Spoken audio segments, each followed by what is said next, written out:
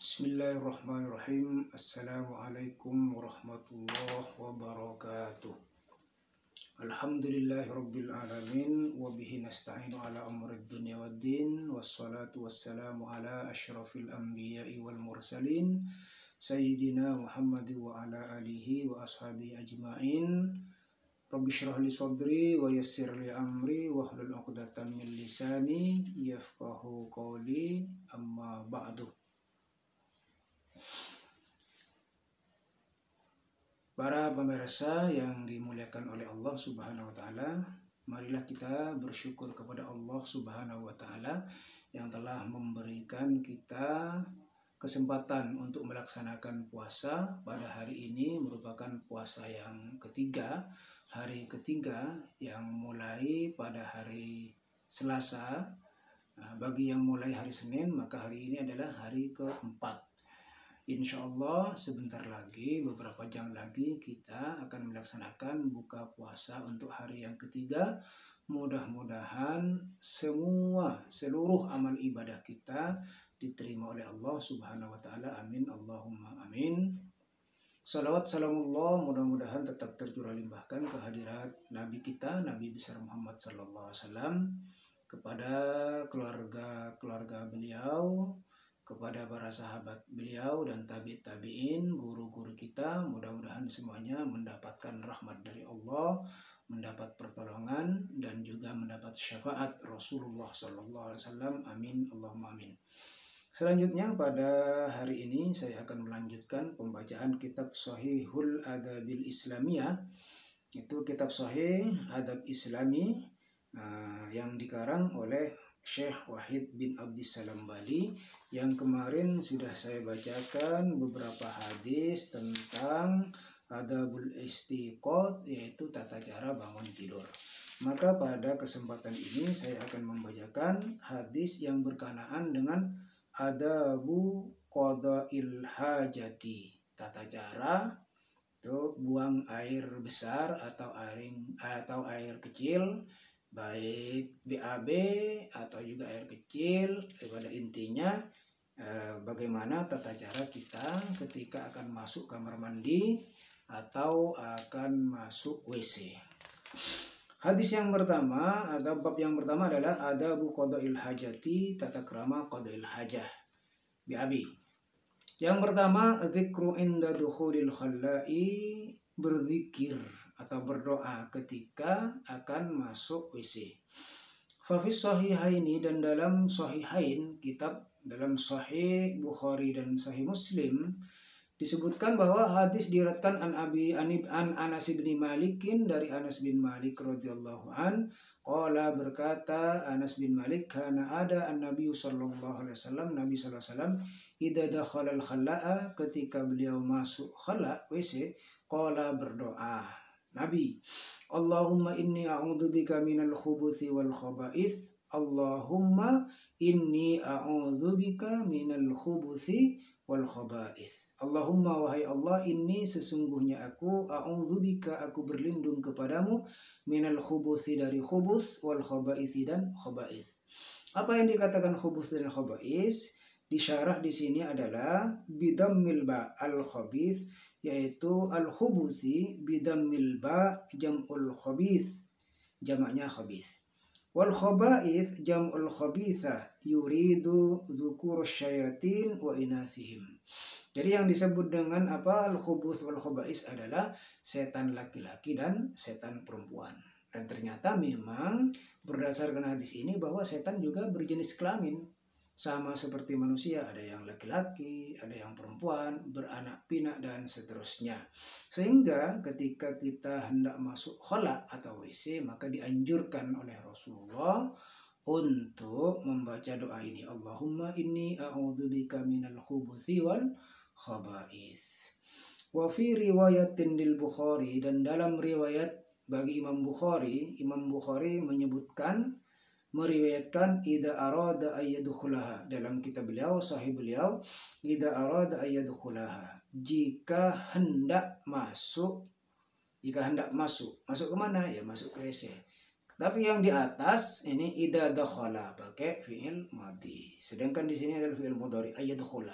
Dan memang seharusnya maksudnya yang dimaksud di sini adalah kita ketika akan masuk ke dalam WC berdoa dulu, bukan setelah di dalam kamar mandi atau setelah di dalam WC. Karena memang tidak boleh berzikir, berdoa, apalagi membaca Al-Quran di dalam WC.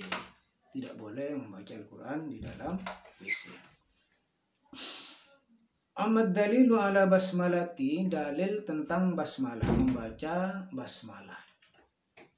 Marawahu Abu Dawud wa Hasan bisyawahidihi, apa yang diriwayatkan oleh Abu Dawud yaitu hadis hasan bisyawahidihi, macam-macamnya hadis. An Ali bin Abi Thalib, dari Sayyidina Ali bin Abi Thalib radhiyallahu anna Rasulullah sallallahu alaihi wasallam, sesungguhnya Rasulullah sallallahu alaihi wasallam qala, bersabda, satru ma baina ayunil jinni, penghalang, tabir antara penglihatan atau mata-mata jin, penghalang antara penglihatan jin, wa aurati bani adama, dan auratnya bani adam, yaitu auratnya manusia, idza dakhala ahaduhum, jikalau masuk salah satu kalian al-khala ke WC, ayyakula bismillah, hendaknya menyebutkan bismillah, lafaz bismillah. Jadi ketika kita masuk ke dalam WC, ini kebanyakan dan umum bahwa di dalam WC itu kita membuka aurat, baik kencing atau berak dan sebagainya, kita kan membuka aurat. Maka aurat kita itu dilihat oleh jin, dilihat. Bisa aurat kita tidak terlihat oleh jin ketika sebelum masuk WC, sebelum masuk kamar mandi, kita membaca bismillah atau bismillahirrahmanirrahim. Apalagi dilanjutkan dengan doa di atas, Allahumma inni a'udzubika minal khubuthi wal khaba'is. Ini akan menjadi penghalang antara jin dan kita selagi kita ada di dalam WC tersebut. Selanjutnya hadis yang kedua, adamul istiqbalil kiblati, tidak menghadap kiblat, wal wastidbariha, dan membelakanginya, fil khalla'i, di dalam kamar mandi, dunal bunyani, kecuali, artinya tidak di dalam bangunan-bangunan. Maksudnya ketika WC kita, kamar mandi kita itu tertutup, maka ini artinya makruh hukumnya. Tetapi ketika misalnya tidak ada tutup di tanah lapang dan sebagainya, di sawah dan sebagainya, ada orang yang mau qadil haja, mau kencing atau mau berak, maka haram hukumnya untuk menghadap kiblat atau membelakanginya. Walaupun ada yang mengatakan adalah makruh tahrim, artinya makruh yang mendekati haram. Tetapi ketika ada yang di dalam rumah, sebaiknya memang walaupun ada di dalam rumah itu kita tidak menghadap ke kiblat atau membelakanginya, walaupun hukumnya itu makruh. Tetapi lebih afdal, lebih baik tidak membelakangi, apalagi menghadap kiblat ketika hendak kencing atau BAB. Fafis sahihaini, dan dalam sahihain, dalam kitab Bukhari Muslim, Sahih Bukhari Muslim, an Abi Ayyub, dari Abu Ayyub radhiyallahu an, qala, berkata Abu Ayyub, qala Rasulullah sallallahu alaihi wasallam, bersabda Rasulullah sallallahu alaihi wasallam, idza ataitumul ghaita, jika engkau mendatangi wa'id, artinya ketika Anda akan masuk ke dalam WC, fala tastakbilul kiblata, maka janganlah kalian semua menghadap kiblat, wala tastadbiruha, dan janganlah kalian membelakangi kiblat, walakin syarriku, tetapi menghadaplah ke timur, au gharibu, atau ke barat. Karena memang kiblat itu, Ka'bah di Madinah itu bukan ke arah barat, sehingga boleh ketika kita qadil haja di Madinah khususnya ini, atau di daerah mana yang kebetulan kiblat itu bukan di arah barat, beda dengan di Indonesia yang kiblatnya kebetulan di arah barat, maka kita tidak boleh menghadap ke barat atau menghadap ke timur. Tetapi yang arah kiblatnya berada di selatan atau ke utara, maka kita boleh menghadap ke barat dan ke timur. Bahkan yang tidak diperbolehkan menghadap ke utara dan ke selatan. Intinya jangan sampai menghadap kiblat atau membelakanginya.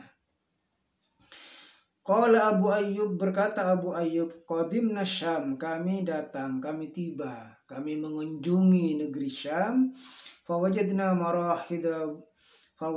maka kami mendapati al-marahida, beberapa WC, beberapa kamar mandi atau WC, buniyat kibalal kiblati, dibangun menghadap kiblat.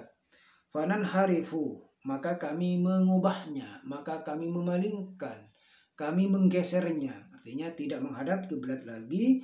Wa nastaghfirullah ta'ala, dan kami memohon ampun kepada Allah Ta'ala atas apa yang telah diperbuatnya tadi, atas apa yang telah diperbuatnya dari kemarin-kemarin, karena tidak tahu mungkin hukumnya bahwa adalah tidak boleh menghadap kiblat ketika buang air kecil atau buang air besar. Sehingga kata Abu Ayyub ini Al-Ansari, dikatakan bahwa di negeri Syam itu banyak yang WC itu menghadap kiblat, dibangun menghadap kiblat. Maka kami sepakat untuk merubahnya, menggeser bagaimana agar tidak menghadap kiblat lagi. Rawa Muslimun, rawa menceritakan Muslimun, Imam Muslim, an Abi Hurairah radhiyallahu an, dari Abu Hurairah radhiyallahu an Rasulullah sallallahu alaihi wasallam, dari Rasulullah sallallahu alaihi wasallam, qala, bersabda Rasulullah sallallahu alaihi wasallam, idza jalasa ahadukum ala hajatihi fala yastaqbilu qiblata wala yastadbirha. Idza jalasa ahadukum, apabila salah satu kalian duduk, artinya ala hajatihi, atas hajatnya, artinya kita hendak buang air kecil atau air besar. Yang di sini adalah air besar. Jalasa fala yastaqbilul qiblata, maka janganlah menghadap ke arah kiblat, wala yastadbirha, dan jangan membelakanginya. Ini tentang menghadap kiblat dan membelakangi kiblat. Jadi merupakan adab bagi orang-orang Islam. Kita hendaknya mencontoh Rasulullah sebagai uswatun hasanah, karena adab-adab ini, tata krama ini sudah banyak yang tidak dipakai atau terlupakan. Sehingga bagus.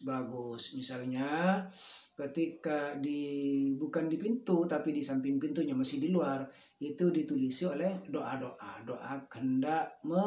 hendak masuk ke dalam WC misalnya, atau doa misalnya ketika bercermin, maka tulis di cerminnya itu sehingga tidak lupa. Atau doa-doa di mana saja yang terkadang kita lupa, maka untuk menghilangkan rasa lupa tersebut, maka supaya ditulis untuk juga mengajarkan kepada anak-anak kita terbiasa bagaimana berdoa seperti doa yang telah diajarkan oleh Rasulullah, karena hal ini merupakan adab atau tata krama atau tata cara dalam Islam, bagaimana kita bisa menjalankan ajaran kita dengan benar, dengan baik, sesuai dengan tuntunan Rasulullah Sallallahu Alaihi Wasallam.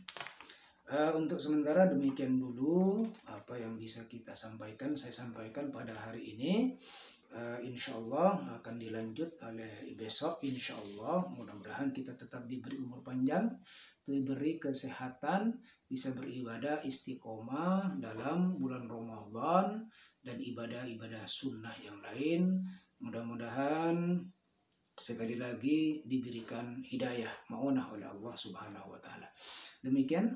Mohon maaf atas segala kekurangan dan kesalahan. Kritik membangun, mudah-mudahan bisa disampaikan oleh pemirsa sekalian, oleh para penonton. Mudah-mudahan apa yang saya baca ini mungkin ada hal-hal yang salah, mungkin ada hal-hal yang kurang benar dalam hal bacaan dan sebagainya. Itu kemampuan saya. Saya mohon kritikan membangun untuk menjadi kebaikan kita bersama.